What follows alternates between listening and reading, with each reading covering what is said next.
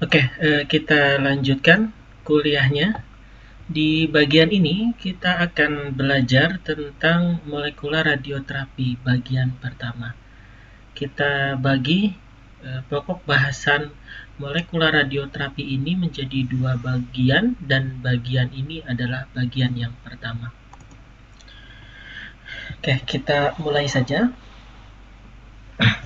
Setelah pembelajaran ini, diharapkan mahasiswa dapat yang pertama, mengetahui metode-metode di terapi radionuklida dan dapat menjelaskan ya dengan ya kata-kata kamu sendiri, dan juga termasuk tipe-tipe dari peluruhan radioaktif yang relevan. Dan juga mahasiswa diharapkan untuk mengetahui nama-nama, juga dapat menjelaskan proses dosimetri di kedokteran nuklir, termasuk juga penjelasan dari penghitungan dosimetri menggunakan konsep MIRD. Berikutnya adalah untuk mengetahui faktor-faktor yang penting yang dapat mempengaruhi biodistribusi, dan juga mahasiswa diharapkan dapat menjelaskannya. Dan kemudian yang terakhir adalah mahasiswa diharapkan mampu untuk menjelaskan perbedaan dari jenis-jenis terapi radionuklida dan dapat membandingkannya dengan terapi radiasi sumber eksternal dan juga brachyterapi. Dan ya selalu ingat bahwa membaca tambahan itu sangat penting ya. Khususnya nanti di bagian akhir ada beberapa sumber-sumber yang dapat digunakan sebagai bahan bacaan. Yang ini sangat direkomendasikan karena belajar hanya dari kuliah ini saja ya dikatakan tidak cukup. Nah, oke, kita mulai. Nah, mengapa kita memerlukan dosis radiasi internal? Kenapa kita perlu melakukan dosimetrinya? Nah, di terapi di kedokteran nuklir ya alasannya kenapa kira-kira? Ya pasti untuk keselamatan dari pasien misalkan ya. Kalau untuk diagnostik imaging di kedokteran nuklir, ya, kita dapat menggunakannya untuk menentukan aktivitas yang optimal, bisa dikatakan seperti itu, untuk bisa meseimbangkan antara ya, toksisitas kepada pasien ya dengan kegunaannya. Dan yang terakhir adalah kalau kita bicara untuk staff dan juga untuk orang-orang yang ada di sekitar instalasi kedokteran nuklir ya diperlukan juga ya untuk menghitung dosis serap yang diperoleh oleh mereka ya, dikarenakan ini kan ada hukumnya ya, ada peraturannya yang memang harus dilakukan.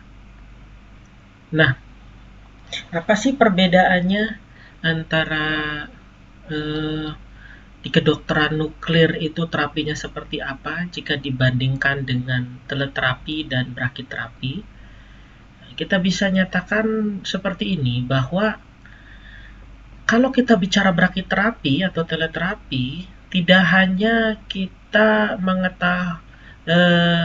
mengetahui densitas distribusi secara spasial dan temporalnya ya, tapi kita juga mengetahui ya bagaimana perencanaannya itu diberlakukan dengan baik. Tapi di kedokteran nuklir ya kita tidak tahu hal tersebut, dan ditambah juga dari awal kita tidak tahu bagaimana distribusi dari drug atau bahan radioaktif dalam hal ini di dalam tubuh. Distribusi secara spasial dan temporalnya itu tidak kita ketahui dengan jelas ya. Dan ini non stasioner, artinya kalau kita bicara brachiterapi ya, kita bukan injeksi, maksudnya kita berlakukan pada suatu daerah tertentu. Kan kita udah tahu distribusinya, untuk radiasinya seperti apa untuk suatu sumber tertentu. Dan dia kan ya nggak bergerak kemana-mana gitu istilahnya. Kalau misalkan kita bicara di kedokteran nuklir kan sumbernya bergerak ya, misalkan mengikuti peredaran darah masuk ke organ dan seterusnya. Jadi non stasioner. Dan di sini kita kalau di kedokteran nuklir membedakan komponen-komponen tersebut ya, itu menggunakan metode MIRT. Nanti kita bahas ini secara lebih detail di slide berikutnya.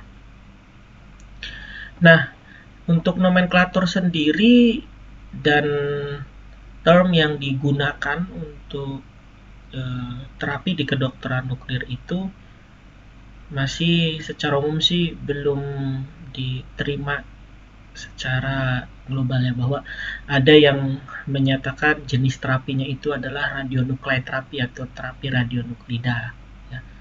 Ini merupakan istilah umbrella yang dilakukan dan digunakan oleh banyak orang, tapi orang juga terkadang nggak suka sama istilah ini, karena kalau kalian lihat itu kan terapi radionuklida ya, berarti apakah kita hanya menggunakan radionuklida saja dalam pemberlakuan terapi itu? Kan tidak.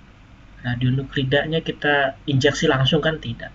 Kita kan menggunakan radionuklida, tapi radionuklida itu kita tempelkan ke drug yang nanti bisa menargetkan suatu hal tertentu, misalkan reseptor atau antigen dan seterusnya. Jadi terkadang orang nggak suka dengan istilah terapi radionuklida ini, sehingga orang juga ada yang menyatakan ya kita rubah sajalah namanya menjadi TRT gitu. Atau dengan kata lainnya disebut dengan targeted radionuclide therapy.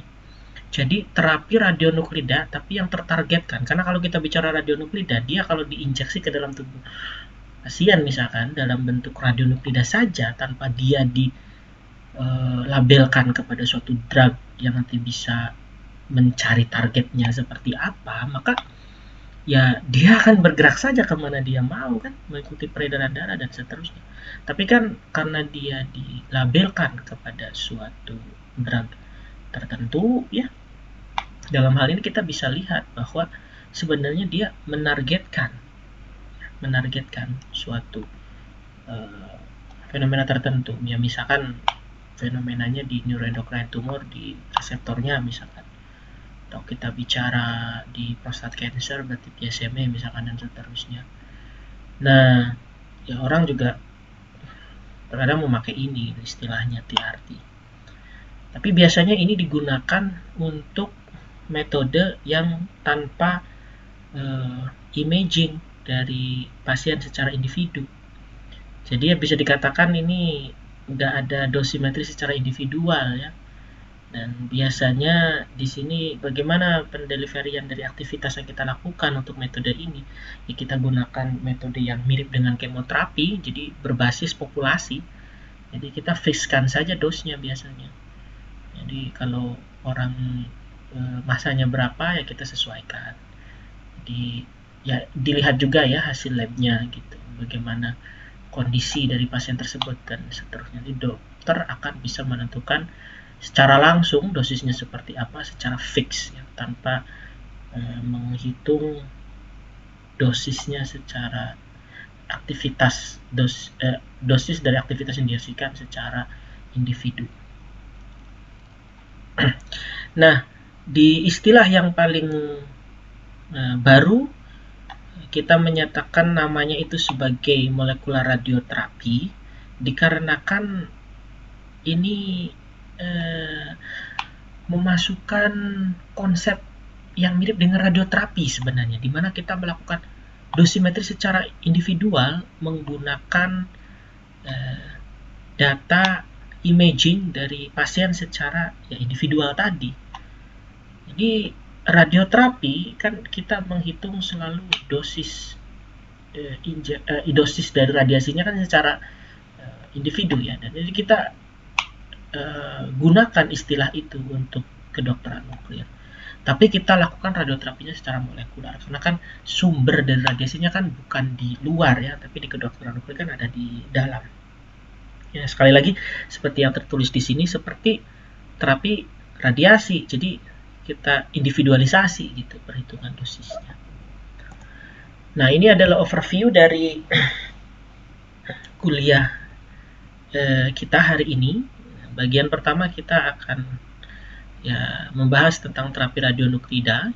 Kita akan membahas radionuklidanya, kemudian kita akan membahas farmakanya ya, atau radioterapi, dan kita akan membahas bagaimana menghitung aktivitasnya menggunakan dose escalation trial atau dosimetry base untuk pasien secara individu. Kita juga akan membahas tentang metode dari medical internal radiation dose MIRD. Berikutnya kita akan membahas dosimetri di kedokteran nuklir ini untuk terapi radionuklida, secara standarnya seperti apa, yang advance-nya seperti apa, tantangan-tantangan yang dihadapi, serta kesempatan yang dapat kita gunakan untuk mengimprove-nya.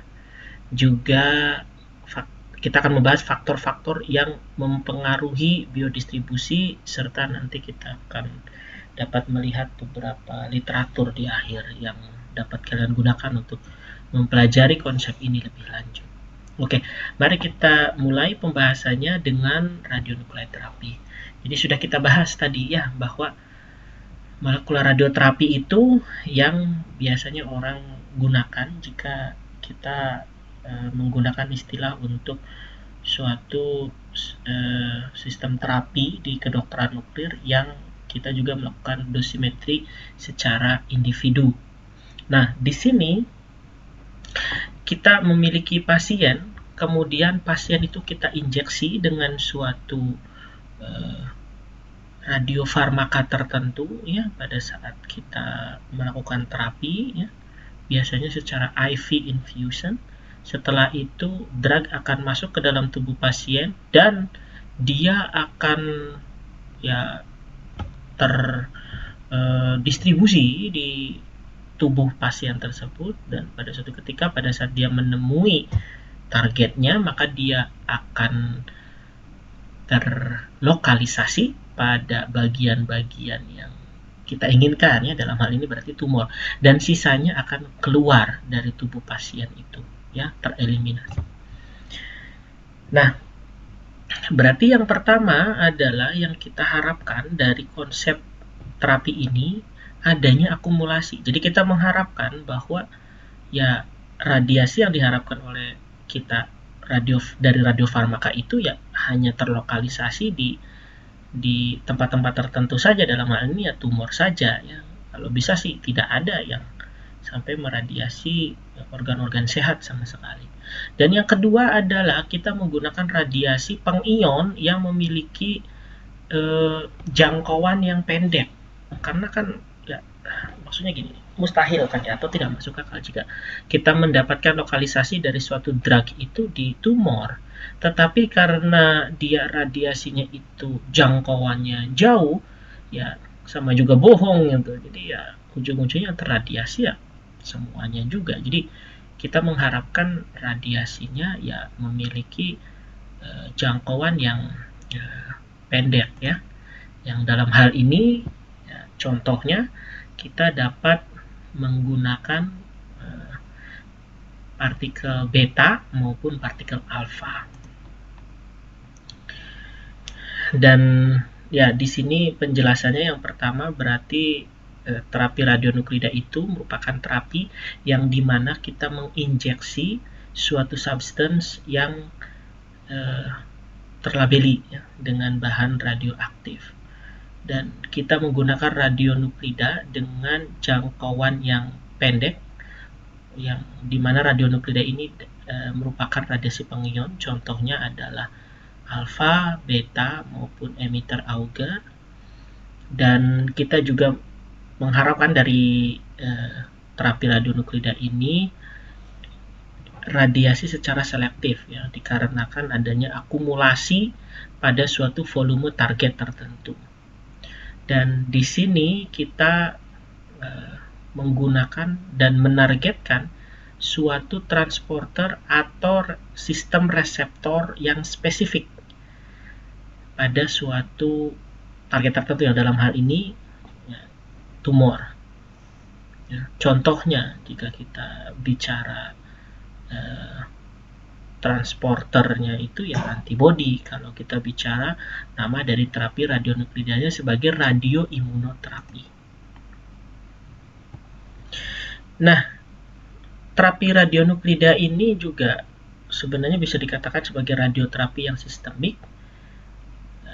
Kalau secara tradisional ya, karena analoginya itu sama dengan kemoterapi. Jadi kalau kita bicara pemberian dosisnya itu secara populasi, berarti kita dapat menggunakan pendekatan di mana jumlah dari drug yang kita injeksikan, yang dalam hal ini merupakan besarnya radioaktivitas per satuan massa dari pasien ya, dalam hal ini megabecquerel per kilogram, dapat digunakan. Jadi kalau misalkan massanya lebih besar ya, kita berikan injeksi aktivitas yang lebih besar, atau kita juga dapat menggunakan body surface area.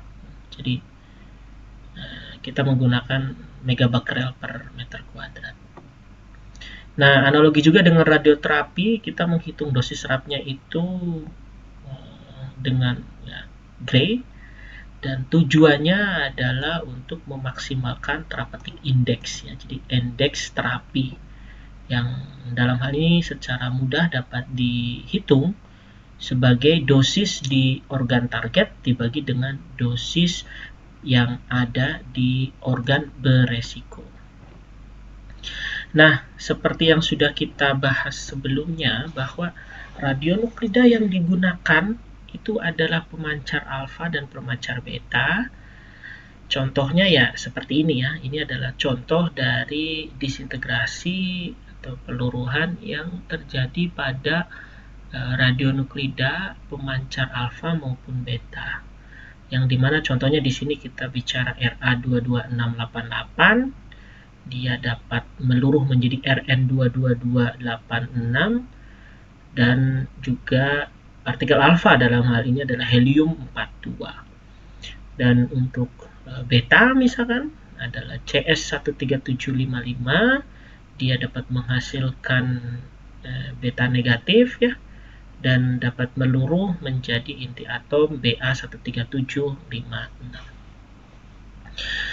yang dalam hal ini dia satu neutron berubah menjadi, dalam inti atom CS ini ya, satu neutron berubah menjadi satu positron, satu elektron, elektron keluar dan proton tetap tinggal di dalam, sehingga kalian bisa lihat jumlah protonnya naik dari 55 menjadi 56. Nah, ini adalah contoh dari elektron Auger ya, mekanismenya seperti apa. Misalkan kita punya suatu inti atom, di mana inti atom itu dikelilingi oleh elektron pada lintasan K, L, dan M misalkan. Kita memiliki suatu radiasi eksternal ya, yang menghasilkan suatu elektron pada lintasan tertentu memiliki energi yang cukup untuk bisa keluar dari lintasannya ya, keluar ke sini. Dan kita tahu jika ada suatu kekosongan, maka atom ini menjadi tidak stabil.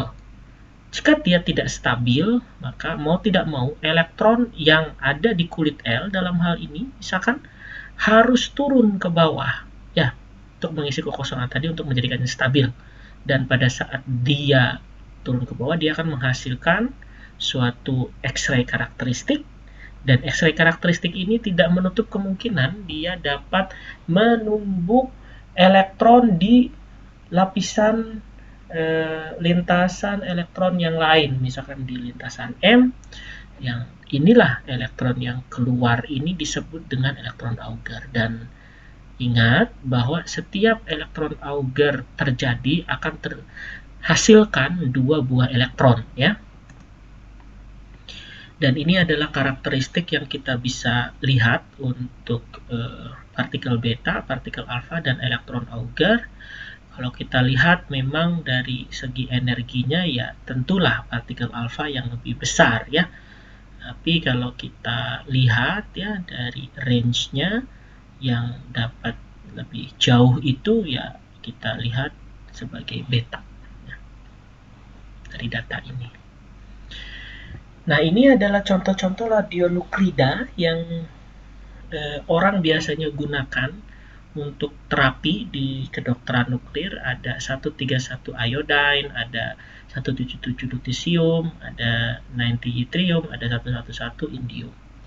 Dengan half-life-nya kalau kalian lihat di sini ya berkisar dari 2 sekian hari sampai 8 hari ya.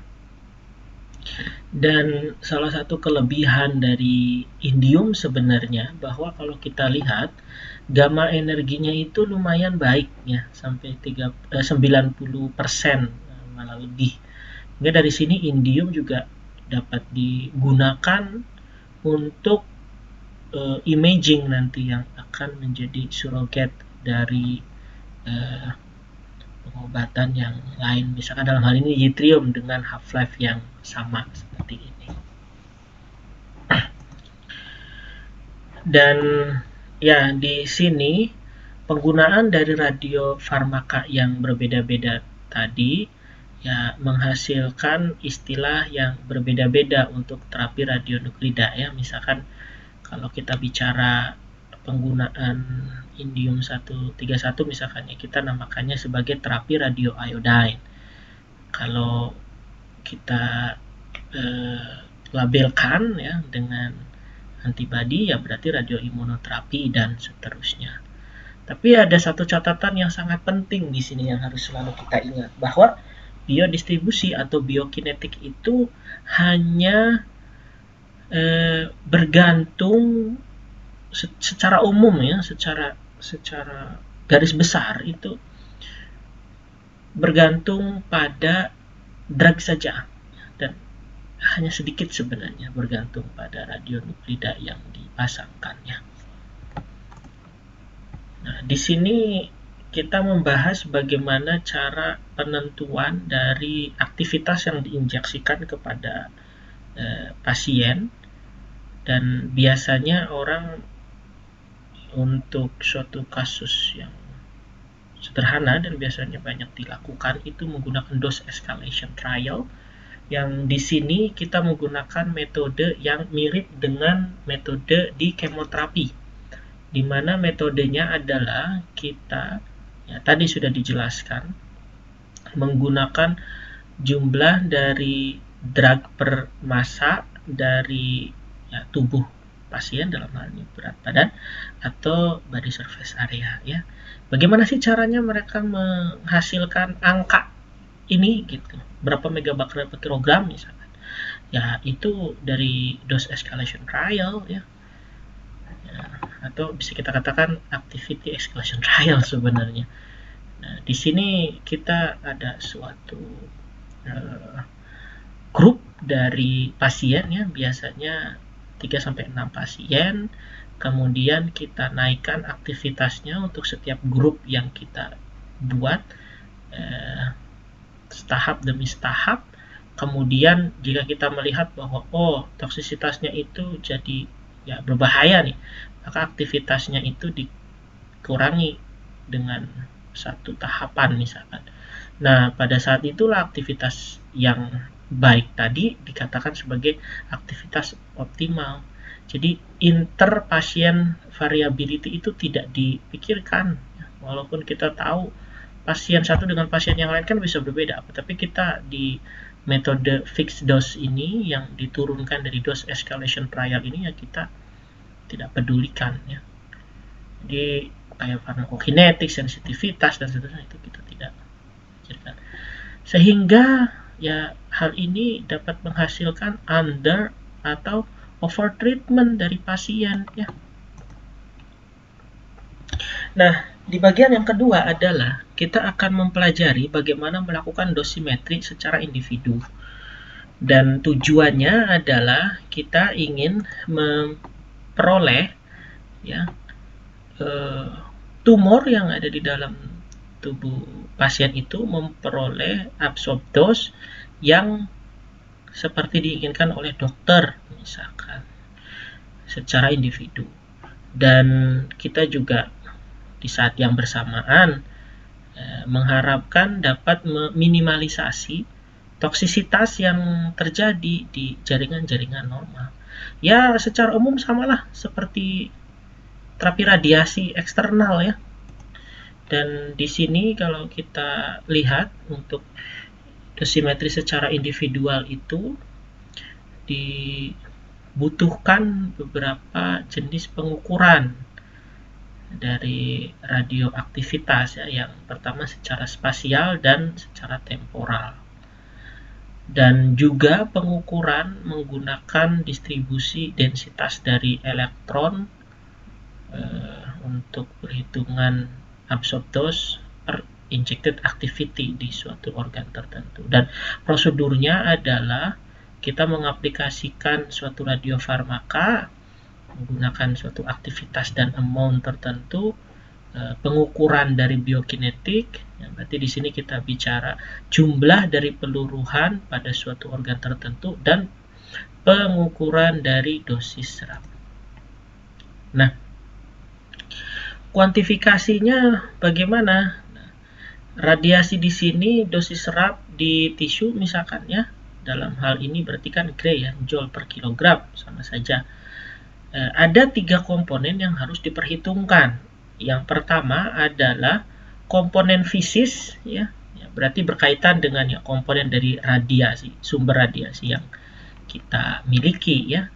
Berarti kita harus tahu nih sumber radiasinya itu menghasilkan berapa energi emisi per peluruhan. Berapa energi yang diabsorpsi ya, berarti di sini distribusi spasial. Kita juga perlu mengetahui komponen geometriknya. Berapa masanya, juga geometrinya dari suatu organ. Dan kita juga harus mengetahui posisi relatif antara organ yang meradiasi serta organ yang terradiasi. Juga kita harus memperhitungkan komponen biologi, dalam hal ini biokinetik sama biological effectiveness. Nah, ini adalah contoh dari komponen fisis ya. Berarti kita bicara apa? Dosis yang diadministrasikan. Juga kita perlu rata-rata energi per mode of decay dan juga probabilitasnya ya. Seperti kalian lihat di sini. Pada saat kita melihat bagian ini misalkan kita punya Re18675 dengan half-life misalkan 90,64 hari, maka dia itu kan dapat meluruh secara probabilitas ke berbagai macam mode of decay ya. Dapat ke beta negatif yang kedua, bisa juga beta negatif yang ketiga, kemudian menghasilkan gamma, juga bisa menghasilkan electron capture dan seterusnya ya. Nah, ini informasi ini semuanya harus dimasukkan ke komponen fisis pada saat kita melakukan dosimetri. Nah, ini adalah contohnya ya. Kalau kita lihat beta negatif ketiga, beta negatif keempat misalkan dari mode of decay yang tadi kita lihat dari rhenium 18675, transisi partikelnya untuk Ni itu seperti apa ya setiap bagian mode of decay, energinya per partikel untuk setiap mode of decay seperti apa, transisi energinya dan seterusnya, itu semuanya harus direkod. Yang kedua adalah komponen geometri, di mana komponen geometri ini misalkan ya kita gambarkan dengan suatu nilai psi IJK yang menggambarkan fraksi dari energi yang diemisikan pada suatu mode of decay dari suatu bahan radioaktif I di organ sumber J yang kemudian akan diabsorpsi oleh organ K. Misalkan seperti ini. Jadi ada suatu organ sumber C misalkan ya, kemudian akan menghasilkan suatu mode of decay tertentu dan dia akan meradiasi organ K misalkan ya. Jadi secara prinsip sih kita harus ya memperhitungkan ya distribusi spasial inhomogen ya, walaupun memang ini nggak praktis. Dan oleh karena itu kita menggunakan beberapa aproksimasi. Yang pertama adalah aktivitas itu terdistribusi secara homogen di dalam suatu organ, dan kita menggunakan phantom yang standar ya. Jadi masa organnya itu udah fix, serta geometri dari organnya juga sudah fix, dan ya ini tersedia untuk berbagai macam umur, juga sampai ada yang tersedia untuk orang yang hamil. Dan untuk dosis absorpsinya kita juga melakukan aproksimasi bahwa radiasi betanya itu range-nya 0 ya, jadi eksposisinya itu hanya ada di organ sumber saja. Nah, yang terakhir adalah komponen biologis ya, dan hal ini kita menghitung time integrated activity coefficient atau dulu disebutnya sebagai residence time, dan bentuknya seperti ini ya. Time integrated activity coefficient itu menunjukkan berapa jumlah dari peluruhan pada organ tertentu, misalkan organ J dibagi dengan aktivitas yang diberikan. Apa yang kita determinasi? Yang kita determinasi itu adalah pengukuran dari kurva aktivitas terhadap waktu pada suatu organ tertentu, dan kita integrasikan terhadap waktu ya. Jadi kita misalkan dapat kurva seperti ini, kita integrasikan misalkan untuk liver atau kidney, kita integrasikan, kita dapat AUC, dan kemudian kita hitung AUC itu dibagi dengan administered activity, nanti kita dapat time integrated activity coefficient-nya. Nah, metode yang sudah established ya, sudah banyak digunakan oleh orang, itu adalah metode untuk internal dosimetri disebut dengan medical internal radiation dose, yang dihasilkan oleh suatu komite di USA yang disebut dengan Society of Nuclear Medicine, yang sudah dibangun dari 1968, dan isinya tuh siapa? Isinya adalah fisikawan medis, juga dokter-dokter ya, dan biasanya mereka mempublish di Journal of Nuclear Medicine ya, hasil-hasil atau ilmu terbaru tentang kedokteran nuklir. Dan ini alamatnya ya kalau ada yang mau melihat secara lebih lanjut tentang society ini. Dan ini ya beberapa buku-buku sebenarnya yang bisa kalian cari dan kalian nanti bisa pelajari secara lebih detail tentang metode MIRD ini ya, sangat menarik. Silakan jika ada yang ingin membacanya lebih lanjut. Dan ya ini juga ada jurnal yang sangat menarik juga ya, di MIRD pamphlet number 21 ya. Di sini dijelaskan tentang ya isinya bagaimana perhitungan dari internal dosimetri dan seterusnya ya. Bagi yang tertarik silahkan bisa mencarinya di internet. Dan di dalam jurnal ini juga dijelaskan ya apa yang sudah pernah dipublish dengan istilah-istilah yang sebenarnya sih menggambarkan fenomena yang sama, tapi mereka merubah beberapa istilah menjadi istilah yang baru ya, dikarenakan beberapa alasan. Ya intinya kalau ada yang tertarik untuk membaca lebih lanjut, silakan saja mencari jurnal yang terkait. Nah, kalau kita lihat secara umum sih dosimetri internal dari MIRD ini digambarkan seperti ini ya rumusnya, di mana di sini itu menggambarkan absorbed dose ya, dosis serap yang diperoleh oleh suatu organ target tertentu ya, itu merupakan perkalian antara aktivitas yang diadministrasikan dikalikan dengan sigma, merupakan jumlah ya dari time integrated activity coefficient dikalikan dengan S value, yang dimana S itu untuk organ sumber dan T itu untuk organ target. Bagaimana cara menghitung time integrated activity coefficient? Kita dapat menghitungnya dengan area under the curve dari time activity curve dibagi dengan A0 ya. Kita integralkan untuk EUC-nya biasanya dari time 0 sampai time tak hingga.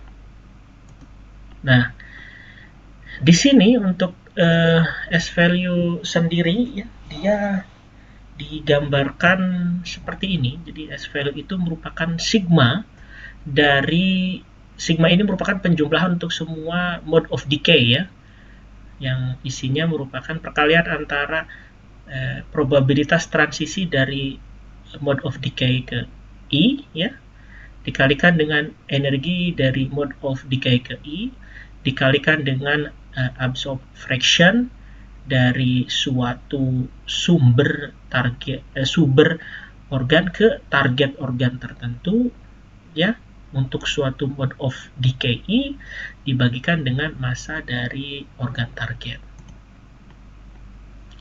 Nah, untuk dosimetrinya sendiri secara umum digambarkan tahapannya seperti ini, dan ini bagan ini dapat diperoleh dari publikasi yang ini ya.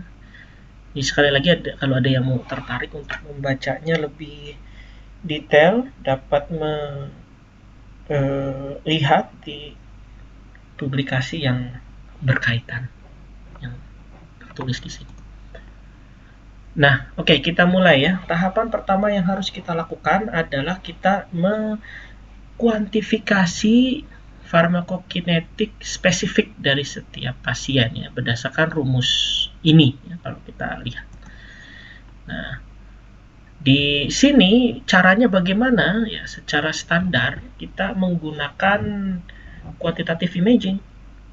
Kita dapat menggunakan misalkan planar gamma camera imaging, atau kita juga dapat kita dalam hal ini ya, di planar gamma camera imaging itu kita dapat ya menggambar nanti suatu daerah yang kita ingin tentukan aktivitasnya secara manual, misalkan kidney atau liver dan etc. Kalau secara advance ya berarti diharapkan kita dapat menggunakan data-data dari tomographic imaging ya, secara 3 dimensi, karena kan memang hasilnya kan harusnya jauh lebih baik daripada yang 2 dimensi di planar ini. Ya, dalam hal ini kita dapat menggunakan SPECT-CT, PET-CT maupun PET-MR. Dan tantangan atau kesempatan yang dapat dilihat dari bagian yang ini. Jadi ini untuk menghitung ini ya, time integrated activity coefficient. Jadi tantangan atau kesempatan yang dapat kita lihat di sini adalah bagaimana cara mengimplementasikan koreksi untuk kuantifikasi ya. Termasuk juga imaging untuk Bremsstrahlungnya, pengukuran untuk skala yang kecil yang dibutuhkan untuk microdosimetry, dan ya peralatan yang digunakan juga dapat di-improve ya. Nah, ini adalah contohnya. Ini adalah gambar yang diperoleh dari imaging menggunakan planar scintigraphy dan diolah menggunakan software UMDOS, yang kalau kalian ingin melihat secara lebih detail penjelasan dari softwarenya bisa melihat di publikasi ini. Nah, jadi kalau kalian lihat di sini misalkan kita ingin menggambarkan kidney misalnya, jadi kita gambarkan organnya, nanti dari organ tersebut kita akan memperoleh bagaimana informasi dari count dari organ yang berbeda-beda yang nanti akan bisa dirubah menjadi informasi aktivitas. Jadi di masa lalu ya kita menggunakan scintigraphy konvensional ya. Kelebihannya ya estimasi dari dosis di organ itu memungkinkan, tapi ya kekurangannya tentulah karena dia dua dimensi ya, jadi data planar. Di masa depan ya diharapkan kita dapat beralih ke PET-CT ya. Kelebihannya sensitivitasnya faktornya sampai 100 kali dan datanya data tomografik gitu. Tapi kekurangannya ya biasanya kalau kita menggunakan PET itu kita nuklida yang tersedia itu biasanya yang dapat dipakai untuk PET memiliki half-life yang sangat pendek ya.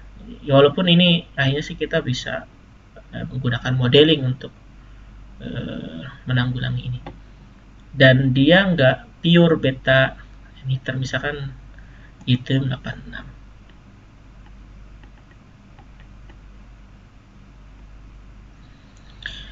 Jadi ingat ya bahwa di masa lalu ya kita tidak mengetahui apa-apa yang ada di pasien itu, jadi kita langsung saja kita menyatakan fixed dose gitu kan. Dan di masa lalu kita melakukan dosimetri tapi menggunakan conventional scintigraphy, dan di masa sekarang dan di masa depan diharapkan kita bisa menggunakan data-data dari PET ya.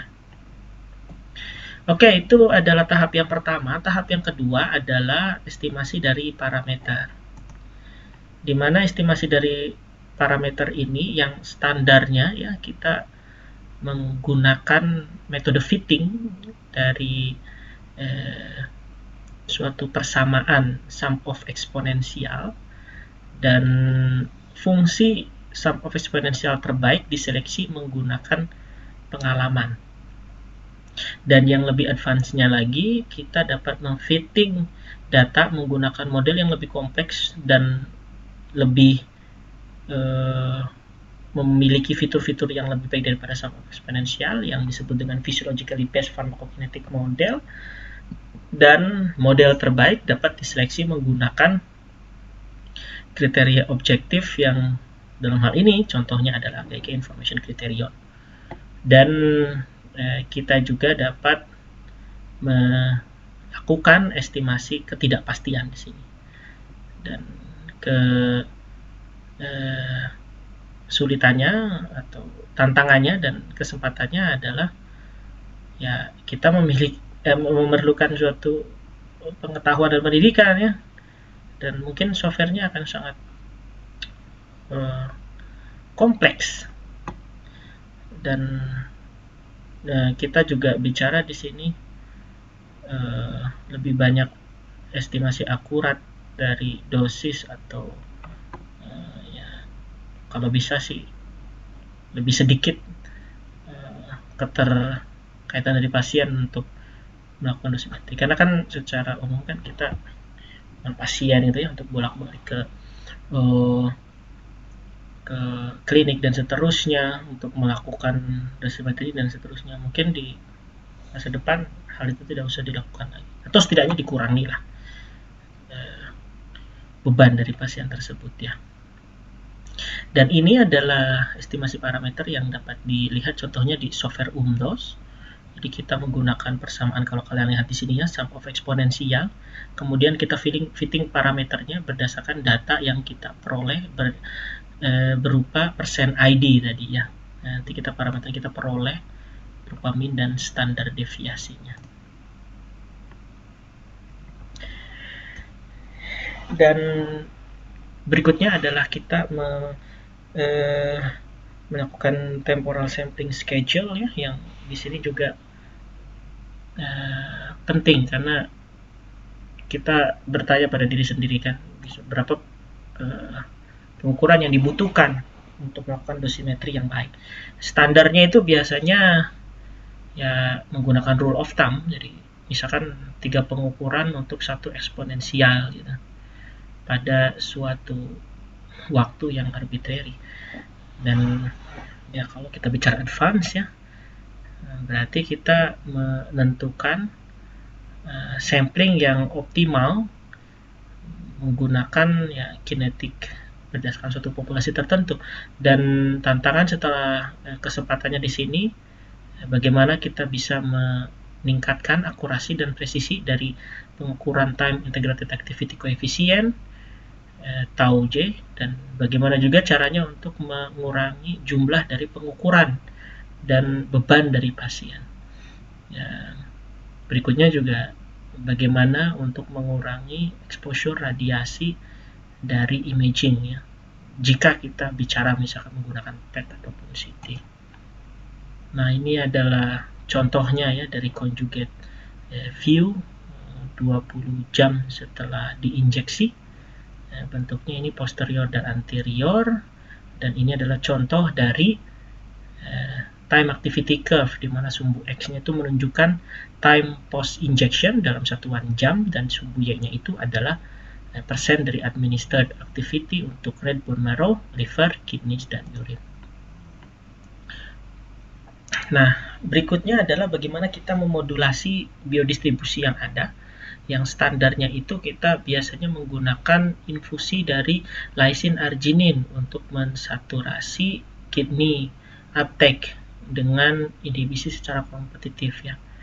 Dan secara advance-nya ya kita dapat mengharapkan preload secara individu ya, untuk monoklonal antibody maupun peptide dan pre-targeting.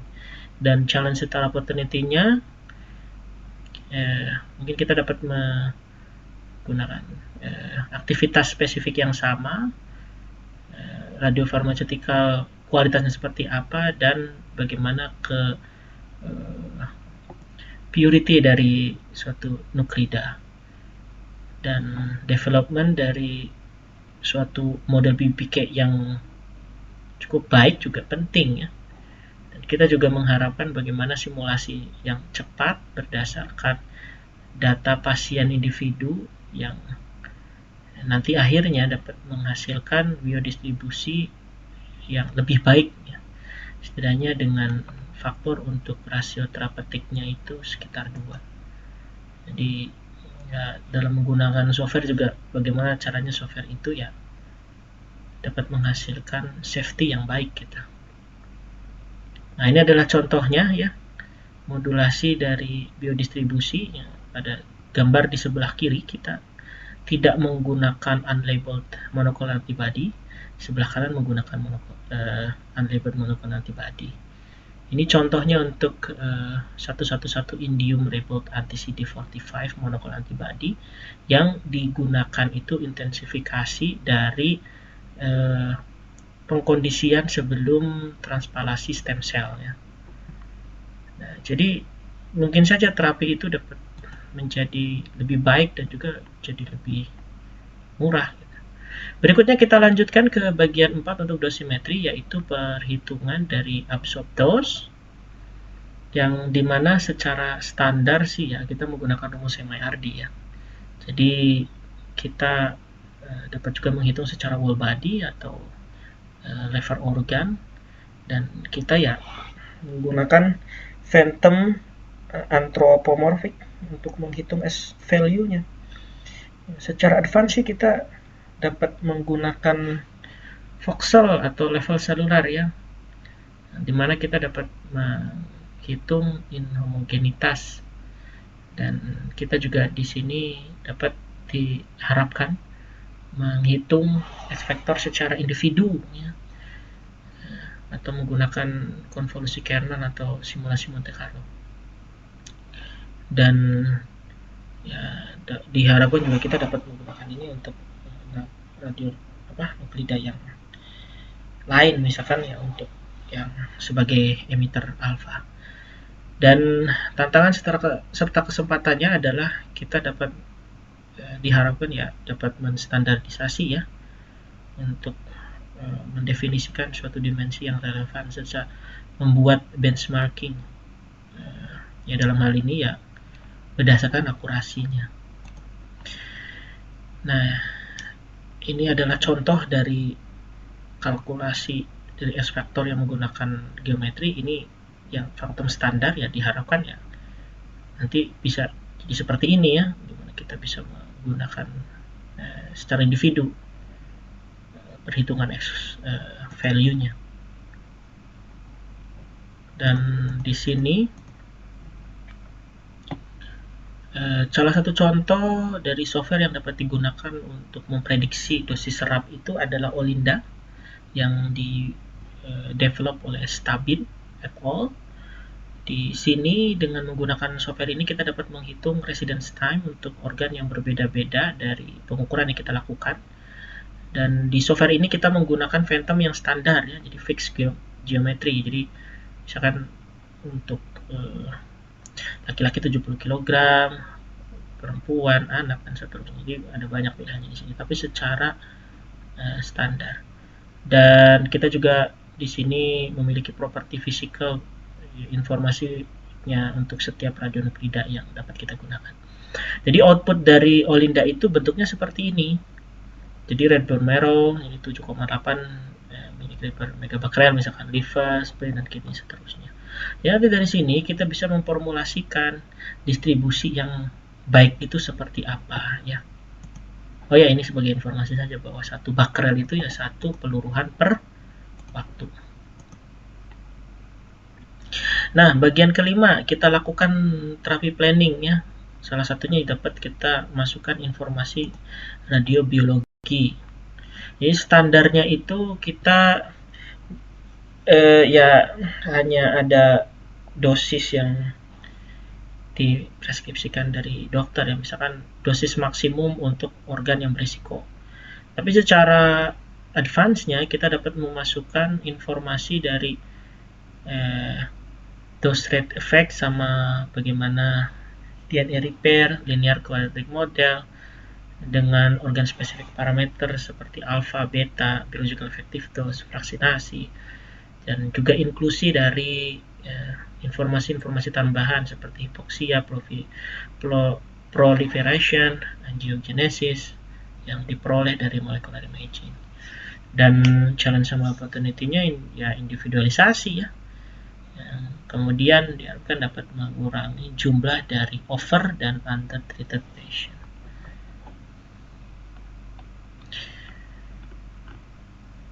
Nah, di sini radiobiological modeling.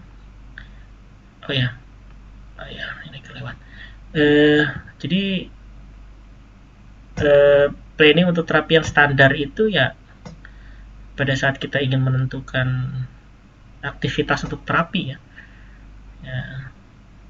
Jika hanya jika kita ingin mendapatkan dosimetri secara preferable saja. Jadi constraint-nya misalkan gitu ya, kita mengetahui bahwa red bone marrow itu dosis maksimumnya kurang dari 25 gray misalkan. Dosis liver kurang dari 10 gray. Dosis kidney kurang dari 6 gray misalkan. Jadi kalau kita lihat kan berarti administrasi untuk 3,2 gray gigabecquerel dari nanti yttrium labeled antibody kan hasilnya akan seperti ini. Dan dari sini kita akan cari kombinasi yang paling baik ya, yang akan tetap masuk ke constraint ini. Jadi secara standar sih ya, sekali lagi kita mendapatkan preskripsi dari dokter dan seterusnya seperti yang tadi sudah dijelaskan. Jadi harapannya sih kita bisa sampai ke PID pengukurannya. Nah, ini contohnya kalau kita menggunakan BID itu ya nilai KED itu akan sama, tapi sebenarnya kalau kita lihat di sini creatinine clearance loss per year-nya itu berubah terhadap nilai BID. Itulah salah satu alasannya bahwa memang BID itu daripada absorb dose ya, kidney absorb dose itu lebih baik metodenya. Jika memungkinkan sih memang lebih baik digunakan BID. Nah, bagaimana cara menghitung BID? Cara menghitung BID itu misalkan untuk BID organ ke I ya, kita menggunakan Lea cascade faktor organ I ini yang J ini ya. Ini merupakan alpha per beta rasio dan kita dapat menggunakan akhirnya berapa dosis injeksi aktivitas yang dapat dilakukan berdasarkan suatu BID kidney yang difikskan terhadap angka tertentu misalkan ya, dengan BID kidney misalkan 10 gray dengan alpha per beta rasio 2,5 misalkan. Nah, ini kita bisa hitung dengan rumus ini. Dan tahapan terakhir dari dosimetri yang kita bisa lakukan adalah ya pemberlakuan treatment dengan QC. Dan untuk QC ini, verifikasi ini yang standarnya itu kita menggunakan radiofarmaka quality control dengan planar ya, nanti yttrium, BI213 atau 3D imaging menggunakan I131 ya. Secara advance-nya dapat kita harapkan adanya development dari dose control method secara rutin, yang contohnya ya image quantification dari nuklida, contohnya bremsstrahlung, serum kinetik plus BBK model dan seterusnya. Dan tantangan serta harapan yang dapat kita inginkan di suatu masa depan adalah dapat mendefinisikan metode yang simple tapi efektif untuk QC ya. Nah, dosis verifikasinya biasanya seperti ini. Kita menggunakan misalkan apa yang kita peroleh dari indium, misalkan untuk treatment planning itu akan sama seperti yttrium misalkan ya. Nanti akan kita gunakan pada saat terapinya. Dan ya, itu secara umum. Jadi konsep dari dosimetri dan bagaimana melakukan dosimetri secara individu.